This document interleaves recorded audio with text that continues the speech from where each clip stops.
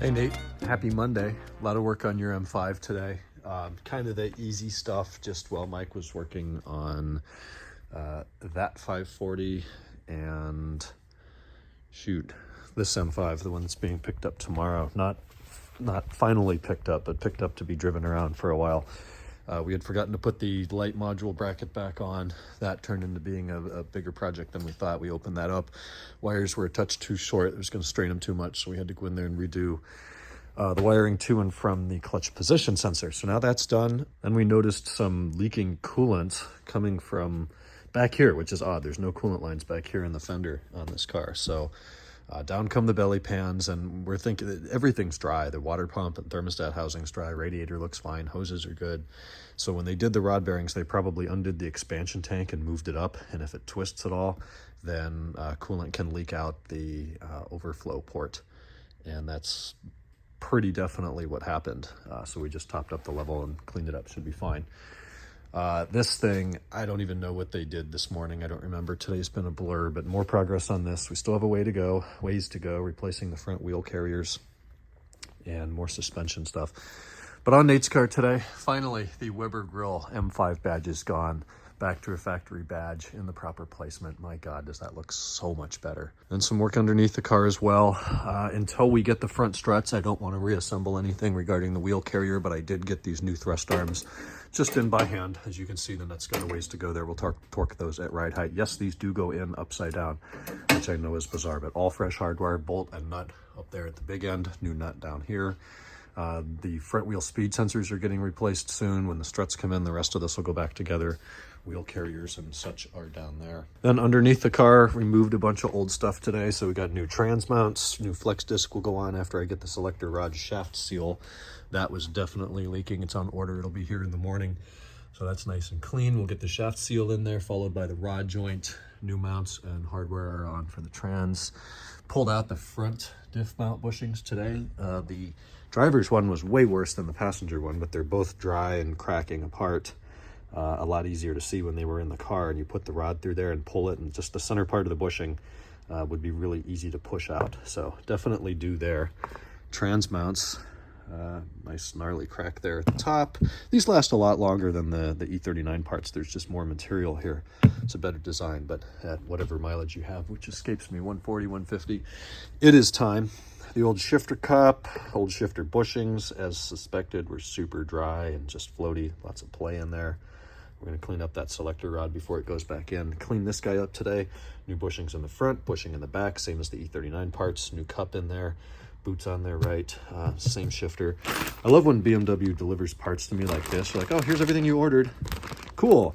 Good news is I've been doing this long enough now. I know what all of that is. I've now seen two E60 M5s that are missing the little pin that holds the glove box strut to the glove box, which means when you open the glove box, instead of it goes and it just drops right open. It just feels like a Nissan instead of a BMW. So for $2.72, we can put a new pin in there. I even waive the labor because I'm a nice guy. Looks like someone has plastered these. That's really smart. Nothing makes a light look better than covering it in plastic. So if you want to replace those, leave a comment or try to get the dip off or whatever it is. That's probably more time consuming because labor. But this whole table is your stuff. It looks like a mess, but everything's pretty well organized. You got the brake lines here, really everything but the front struts and rear struts. We have the toe arms that are going to go in, and the diffs over here. It's going to be resealed. The drive shaft's already been rebuilt. God, this looks like such a mess, but we do know what we're doing. This is a 540 drive shaft. No, it's not. This is your drive shaft. All we need to do is clean off the mating surface in there, put a new gasket on there, and tap the cover back in, which is a superior design to the E39, which just stays open and then leaves a gasket. But then the diff input flange gets all dirty and you lose some of your grease in there where it can't work for you. Anyways, tomorrow morning, they're going to jump on the 2010 25-year car and get the exhaust back on, at least in place, so it can be driven to a shop where they're going to weld that thing back on and then hopefully do, cut a piece and weld something in there that's going to be better than that clamp. Additionally, the front left wheel speed sensor died while it's here. It's not a wiring problem. We took your old one and threw it in here and it works. So just odd that that died. We didn't even mess with it. So new wheel speed sensor and exhaust tomorrow. Then we'll be able to do some test driving and, as I said, get it to the exhaust shop. Shifter's on the way. Shift boot's got to come from Germany. Knob should be here in a few days. What else are we doing on this? The driver's door, which you can see the soft close function does not function. So we have that on the way. It's also coming from Germany, probably about 2 weeks out at this point. And we got a cluster coming in today. Somebody sent that to me to sublet for repair. They used this big paper box, used way too much packing material. It fits perfectly in this better, more rigid box. It's going off to the sublet. We're still trying to sell the head and tail lights and light module from the Canadian car. I lowered the price today, trying to get those out of here before he picks the car up formally, which I don't exactly know when that is yet. Anyways, early day, before 8 o'clock, I'm gonna get out of here, go home and eat some dinner. Well, 10 vlogs in a day, uploaded, caught up somewhat. I'm about 6 days back right now, and it's just been a whirlwind of the last 2 weeks. I don't know where July has gone. You know, it kind of reminds me of like the whole June, early July in Ohio thing, where once the weather broke and you were able to get out, it was work, work, work, get ready to take like 10 days and do Timmy Fest, and everyone comes to town, and then I'm gonna mow 5 yards in 2 days, and then we're gonna go to California for 10 days, and we do all the shit that we've just done. And then you get back and you gotta catch up on everything, and then you're looking at the calendar, and it's like now, it's late July, and you're thinking, that was fun. I'm exhausted.